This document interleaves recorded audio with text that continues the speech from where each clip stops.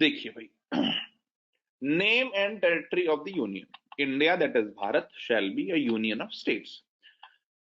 उसके बाद क्या लिखा हुआ है, the state and the territories thereof shall be as specified in the first schedule. तो प्रीलिम्स का पहला सवाल क्या है, प्रीलिम्स का पहला सवाल क्या है कि भाई इंडिया का विस्तार क्या होगा, इंडिया का विस्तार क्या होगा, कितने स्टेट्स होंगे, किस स्टेट की टेरिटरी कितनी होगी, किसकी बाउंड्री कितनी होगी, ये कहां लिखा हुआ है, ये संविधान के फर्स्ट शेड्यूल में लिखा हुआ है। संविधान के फर्स्ट शेड्यूल में लिखा हुआ है कि इंडिया में कौन कौन से स्टेट्स होंगे और उन स्टेट्स में कितनी कितनी टेरिटरीज होंगी, ये हमारे संविधान के पहली शेड्यूल में लिखा है। सवाल आया शेड्यूल्स क्या होती हैं। शेड्यूल्स होती हैं अपेंडिक्स। किताब के पीछे आप देखते हो ना कि भाई कोई लेखक है, वो उसको किसी चीज के बारे में बहुत लंबी चौड़ी डिटेल देनी है, वो वहां नहीं लिखता, वो कहता है पीछे पढ़ लेना, पीछे देख लेना। वो हमारी कॉन्स्टिट्यूशन की शेड्यूल्स हैं, ठीक है ना। मान लो उन्होंने पंचायती राज मेंशन कर दिया, वो पंचायती राज के कामों की लिस्ट 30 थो 29 थो, उन्होंने कहा कि चलो 11 शेड्यूल में हमने डाल दिया, है ना। तो वो होती हैं शेड्यूल्स, ठीक। खैर, तो आर्टिकल 1 हमारा क्या कह रहा है कि भाई भारत में कौन सी टेरिटरीज होंगी और कौन से स्टेट्स होंगे, ये फर्स्ट शेड्यूल में लिखा हुआ है। बड़ी इंटरेस्टिंग चीज है, लोग इसको इस नजर से देखते नहीं है। आइए हम लोग समझें। हमारे संविधान बनाने वालों ने ये कितना दिमाग लगाया होगा, उन्होंने कहा कि ये कॉन्स्टिट्यूशन के संविधान की पहली अनुसूची में पड़ेगा कि भारत में ये एरिया होंगे। ऐसा नहीं है कि आप भारत का कोई एरिया किसी को दे दो ऐसे ही। अगर आप भारत का कोई एरिया किसी को दे रहे हो, बांग्लादेश के साथ में हमने जो लैंड बॉर्डर डिस्प्यूट था हमने वो सेटल करा, हमने थोड़ी बाउंड्री दी, थोड़ी उनसे ली, उसको हमने बाकायदा फर्स्ट शेड्यूल में जाकर के अमेंड करा। भाई एरिया बदल चेंज हो रहा है ना। फर्स्ट शेड्यूल में लिखा हुआ है स्टेट्स और टेरिटरीज, मतलब वो कौन सा स्टेट तुम्हारे पास है, उसके अंदर कौन कौन सा एरिया तुम्हारे पास है। तो हमने क्या करा, हमने फर्स्ट शेड्यूल में जाकर के अमेंडमेंट करना पड़ा कि भैया अभी हमने ये वाले एरिया बांग्लादेश को दे दिए हैं और ये वाले उनसे ले लिए हैं, तो अब हमारे पास में ये टेरिटरीज नहीं है, उनको काट दिया, और ये टेरिटरीज हैं, हमने उनको जोड़ दिया। यानी कि अगर आप भारत के एरिया में कोई चेंज कर रहे हो तो आपको संविधान में संशोधन करना पड़ेगा, फर्स्ट शेड्यूल में अमेंडमेंट करना पड़ेगा। फर्स्ट शेड्यूल में अमेंडमेंट कैसे होगा, पार्लियामेंट से होगा।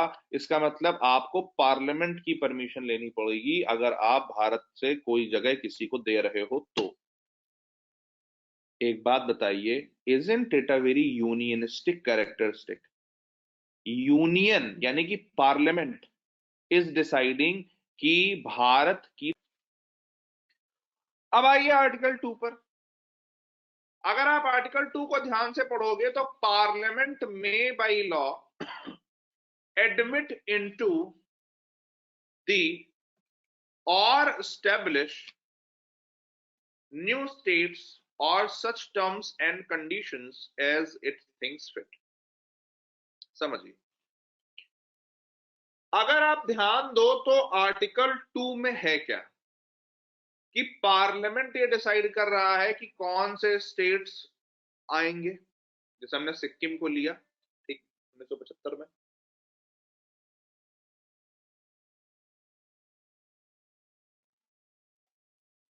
तो जब हमने सिक्किम को लिया तो सिक्किम को लेना आर्टिकल 2 था। क्यों? क्योंकि पार्लियामेंट ये डिसाइड कर रही है कि हमें किस स्टेट को अंदर लेना है, ठीक है ना। अच्छा, इसमें एक नई चीज है, आर्टिकल 2 को समझिए, उसकी डेप्थ को समझिए। क्योंकि अभी जब आप आर्टिकल 3 पढ़ोगे तो आर्टिकल 2 और 3 में आपको एक थोड़ा सा हो सकता है कि कंफ्यूजन हो।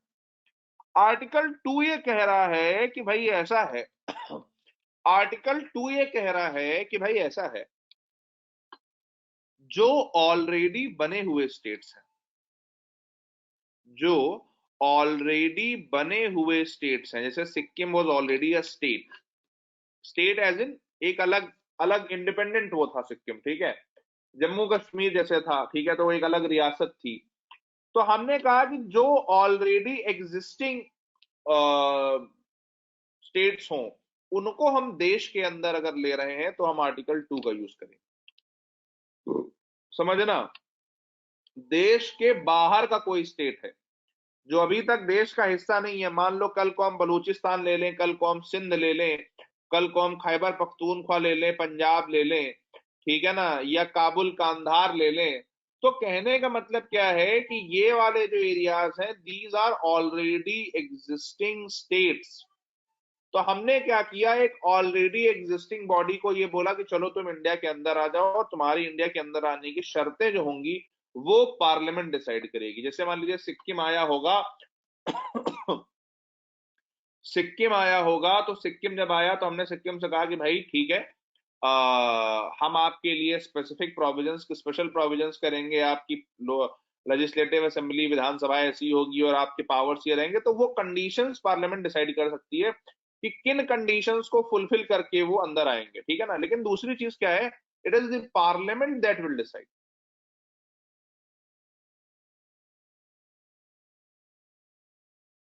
It is the parliament that will decide this, कि किन शर्तों पर उन्हें अंदर लेना है।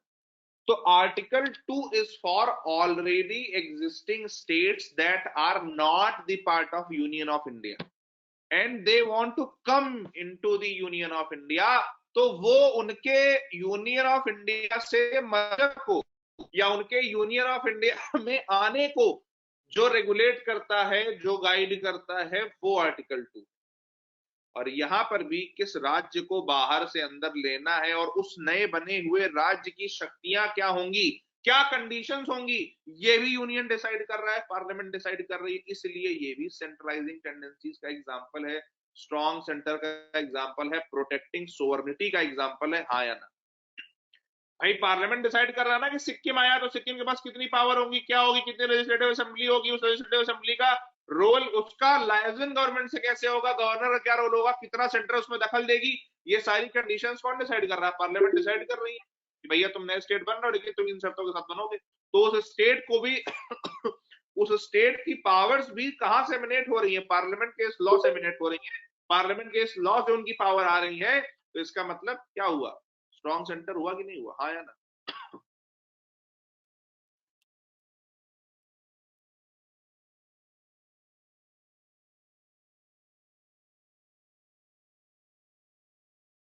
आर्टिकल 3 पर, Parliament formation of new state and alteration of areas, boundaries or names of existing state.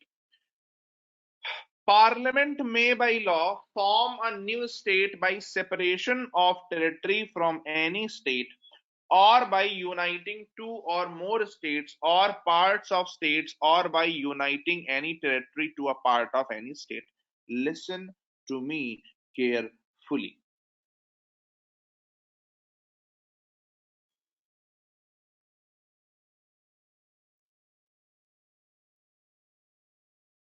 क्या लिखा है, पार्लियामेंट एक लॉ बनाएगा, ठीक, और उस लॉ से वो क्या कर सकता है, दो स्टेट को, एक स्टेट को तोड़ करके दो कर दे, दो स्टेट को मिला करके एक कर दे, एक की थोड़ी टेरिटरी निकाल करके दूसरे को दे दे, दूसरे की थोड़ी टेरिटरी निकाल करके एक को दे दे। मतलब स्टेट की कोई इज्जत ही नहीं है, ठीक। यहाँ स्टेट्स ये नहीं कह सकते पुष्पा झुकेगा नहीं मैं, है, तो यहाँ झुकने उगने वाला सिस्टम नहीं है, ठीक। यहाँ जो है वो इज्जत नहीं है स्टेट्स की। संविधान में लिखा हुआ, आर्टिकल 3 में लिखा हुआ कि पार्लियामेंट जो है वो अगर चाहे तो वो स्टेट को डिस्ट्रॉय कर सकती है, नया बना सकती है, दो को तोड़ के एक कर सकती है, दो को मिला के एक कर सकती है, एक को तोड़ के दो कर सकती है, एक की टेरिटरी निकाल के दूसरे को दे सकती है, दूसरे की निकाल के पहले को दे सकती है, कुछ भी कर सकती है पार्लियामेंट। यहाँ है ही नहीं स्टेट, मतलब दैट इज व्हाई वी से in holding together in holding together federation states is destructible, union is indestructible. तो क्या अब आपको